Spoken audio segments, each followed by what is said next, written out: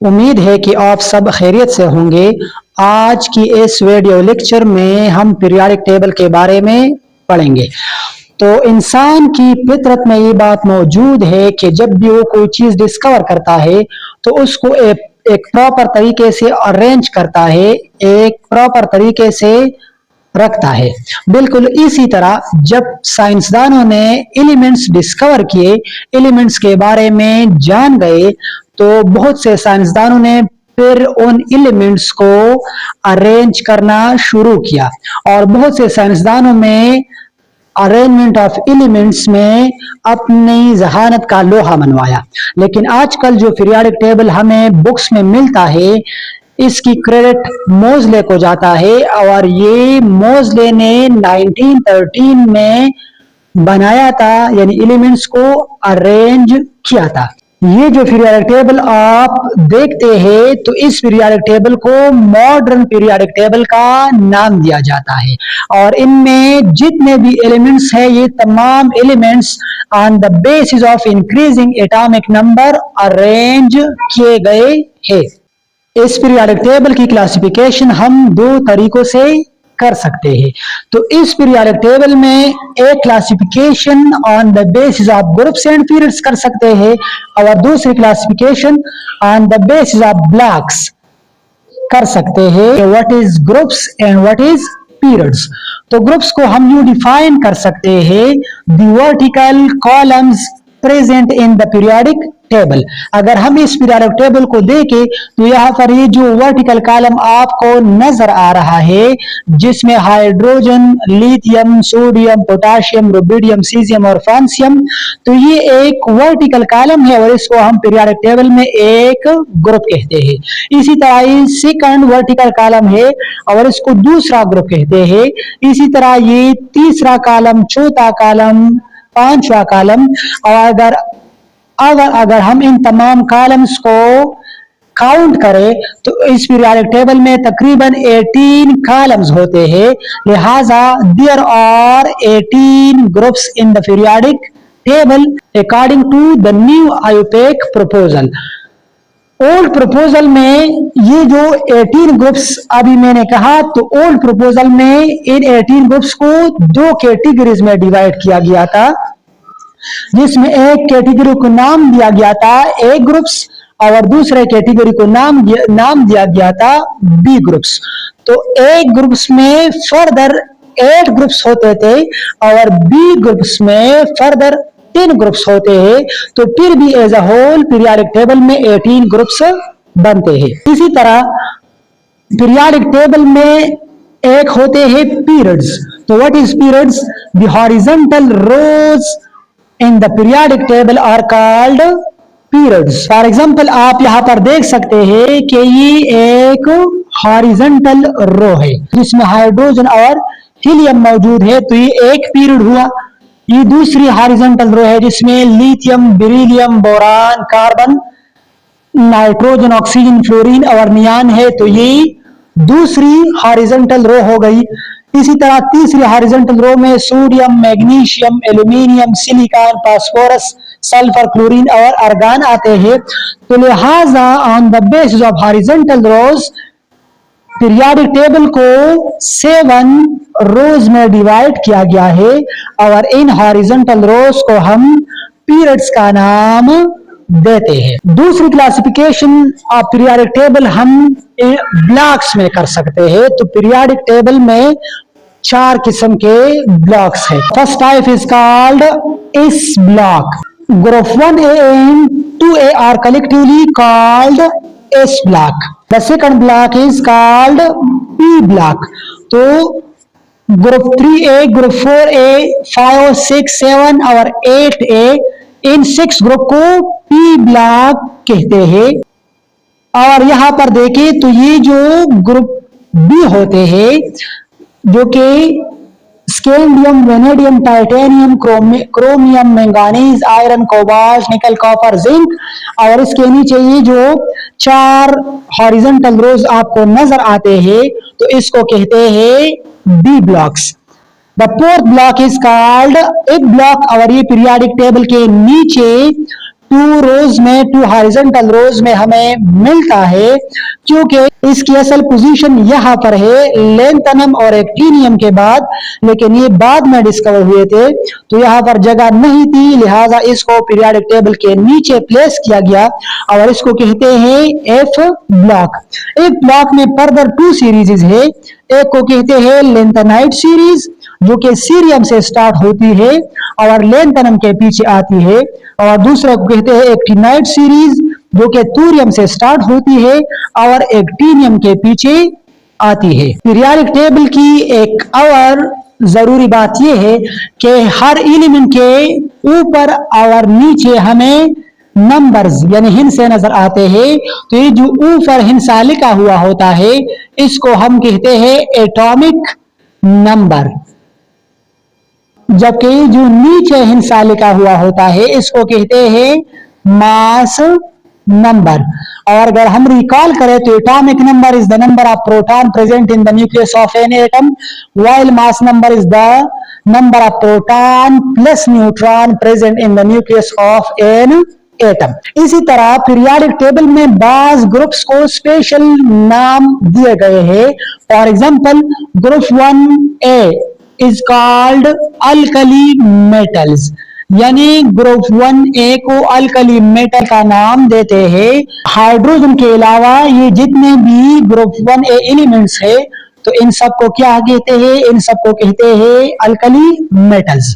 दूसरे ग्रुप को भी स्पेशल नाम दिया गया है, that is called alkaline earth metals, यानी beryllium, magnesium, calcium, sodium, barium और रेडियम को कलेक्टिवली ग्रुप 2 भी कहते हैं और अल्कलाइन अर्थ मेटल भी कहते हैं। इसी तरह ग्रुप 7A का स्पेशल नाम है हेलोजेंस, क्योंकि ये साल्ट प्रोड्यूस करता है, तो इस लिहाज से इस मुनासिबत से इसको हेलोजन भी कहते हैं। और ग्रुप 8A को हम दूसरे नामों से भी पुकारते हैं, स्पेशल नामों से पुकारते हैं, जैसा कि zero group elements, noble gases या inert gases. Now we have to discuss classification of elements into different blocks. The first block is called S block. What is S block? Elements in which the last electron enters into s orbital, यानी ऐसे elements जिस आखिरी electron इस block में आता हो तो उन एलिमेंट्स को हम इस ब्लॉक एलिमेंट्स कहेंगे। मिसाल के तौर पर अल्कली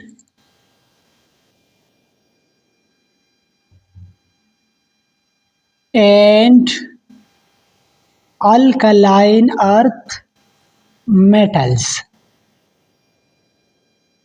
या हम यूँ भी कह सकते हैं कि पीरियोडिक टेबल में ग्रुप 1 और ग्रुप 2 इसको हम इस ब्लॉक एलिमेंट्स कहते हैं, क्योंकि इन एलिमेंट्स का आखिरी इलेक्ट्रॉन इस ऑर्बिटल में आता है।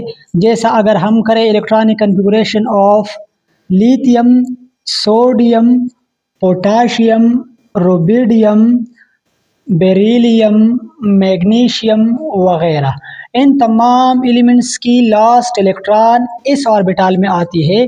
फॉर एग्जांपल अगर हम सोडियम की इलेक्ट्रॉनिक कन्फिगुरेशन करें तो सोडियम में 11 इलेक्ट्रॉन है, तो इसकी electronic configuration 1s2, 2s2, 2p6 and 3s1। तो अगर आप यहाँ पर देखें तो जो लास्ट वाला इलेक्ट्रॉन है तो वो इस ऑर्बिटल में आता है, लिहाजा these elements are called S block elements. इसी तरह द सेकंड कैटेगरी हमारे पास वो है पी ब्लॉक एलिमेंट्स। इसकी डिफिनेशन हम यूँ कर सकते हैं, elements in which last electron enters into p orbital. Such elements are called p block elements. For example, group 4, 5, 6, 7 and 8 के जितने भी एलिमेंट्स हैं तो वो पी ब्लॉक में तस्वर होते हैं, क्योंकि इन एलिमेंट्स में आखिरी इलेक्ट्रॉन पी ऑर्बिटल में आता है। फॉर एग्जांपल, अगर हम ऑक्सीजन की इलेक्ट्रॉनिक कन्फिगुरेशन करें तो ऑक्सीजन की इलेक्ट्रॉनिक कन्फिगुरेशन ऐसी होगी 1s2, 2s2 एंड 2p4। तो अगर आप यहाँ पर देखें तो जो ये जो लास्ट इलेक्ट्रॉन है ये किस ऑर्बिटल में आए हैं? पी ऑर्बिटल में। So the oxygen is P block element. इसी तरह अगर हम नियान की इलेक्ट्रॉनिक कन्फिगुरेशन करें तो नियान में 10 इलेक्ट्रॉन्स है, तो नियान की electronic configuration 1s2, 2s2, 2p6। तो यहाँ पर भी अगर आप देखें तो लास्ट वाला इलेक्ट्रॉन पी ऑर्बिटल में आता है, लिहाजा ये जो जितने भी ग्रुप्स है, फॉर एग्जांपल ग्रुप 4, 5, 6, 7 एंड 8, जैसा कि हमको मालूम है कि पी ऑर्बिटल में 6 इलेक्ट्रॉन्स आते हैं, लिहाजा पीरियोडिक टेबल में ये 6 ग्रुप्स और उनके तमाम एलिमेंट्स को हम पी ब्लॉक एलिमेंट्स कहते हैं।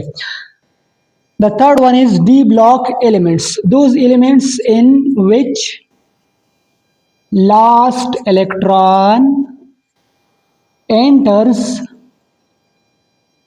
into d ऑर्बिटल, यानी ऐसे एलिमेंट्स जिसकी आखिरी इलेक्ट्रॉन d ऑर्बिटल में आता हो तो उन एलिमेंट्स को हम d ब्लॉक एलिमेंट्स कहते हैं। For example,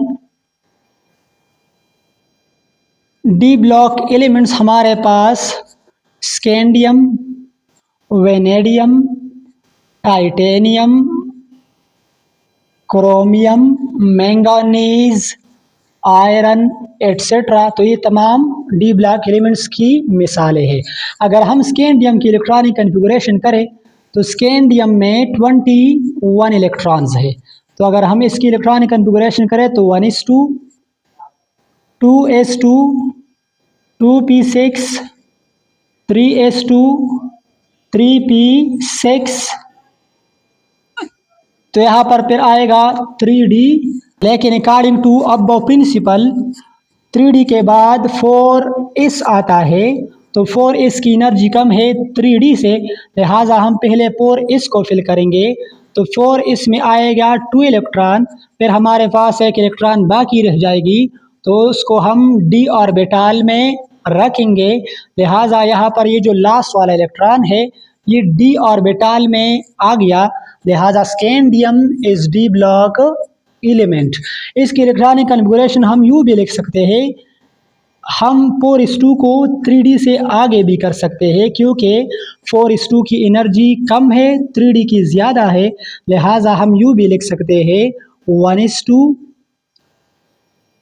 2s2, 2p6, 3s2, 3p6, 4s, 4s2 and 3d1. The fourth category is called a block elements. Those elements in which last electron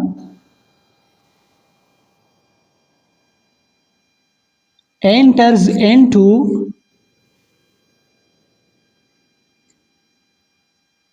f orbital, यानी ऐसे एलिमेंट्स जिसमें आखिरी electron f orbital में आता हो, तो ऐसे एलिमेंट्स को हम क्या कहते हैं? ऐसे एलिमेंट्स को हम कहते हैं f block elements. For example,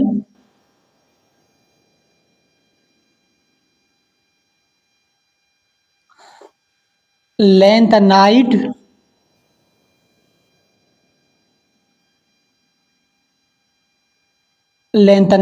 and actinide series के, जिसने